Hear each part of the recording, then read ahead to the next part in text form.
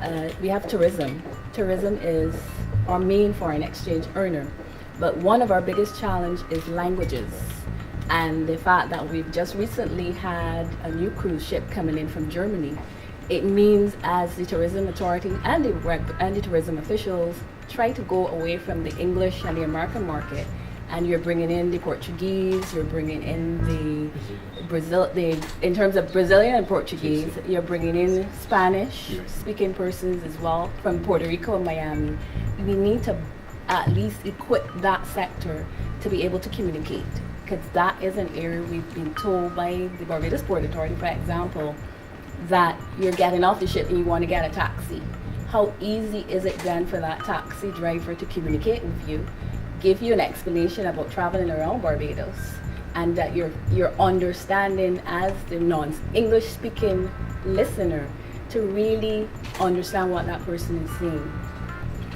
So we looked at language as well as being one of the key areas that we needed to tap into.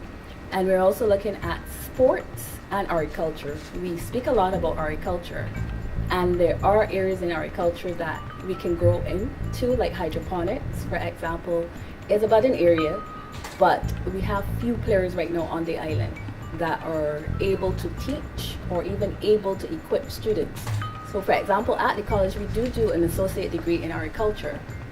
And one of the things we saw then is to build that synergy beyond the crop rotations or beyond the regular ground, the tilling of the soil, let me put it that way, towards either hydroponics, there's aquaponics, there's a whole range of other agricultural areas that you can go into, and there's aquaculture,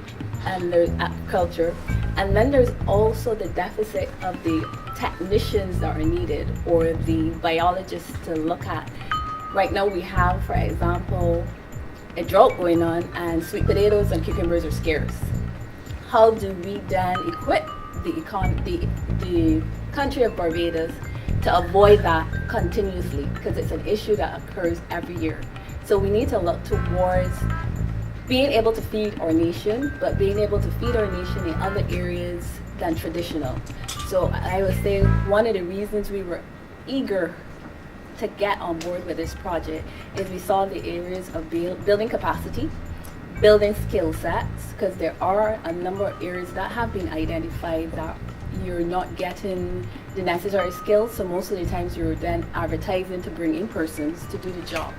So we're looking at this competency-based training fund as bridging that gap, and then creating opportunities as well for the nationals to go overseas as well and work. So at the end of the day, Barbados is still a very tiny island, and there's only so many jobs we may be able to create in any one given time.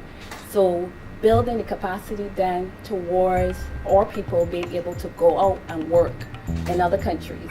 And we know for sure that the standards must be equivalent for that to happen. We have for a while now complaining, I guess, as training providers of not being able to partner with industry. And this is the perfect opportunity to partner with industry, because industry does realize that there's a need for training. The training institutions do realize that there is a need for training, but there's never the synergy or the opportunity to work together. And I think the fund literally creates that opportunity. So in terms of the concept of it takes two hands to clap, the fund literally provides that opportunity for industry and education to clap together and work towards a common goal.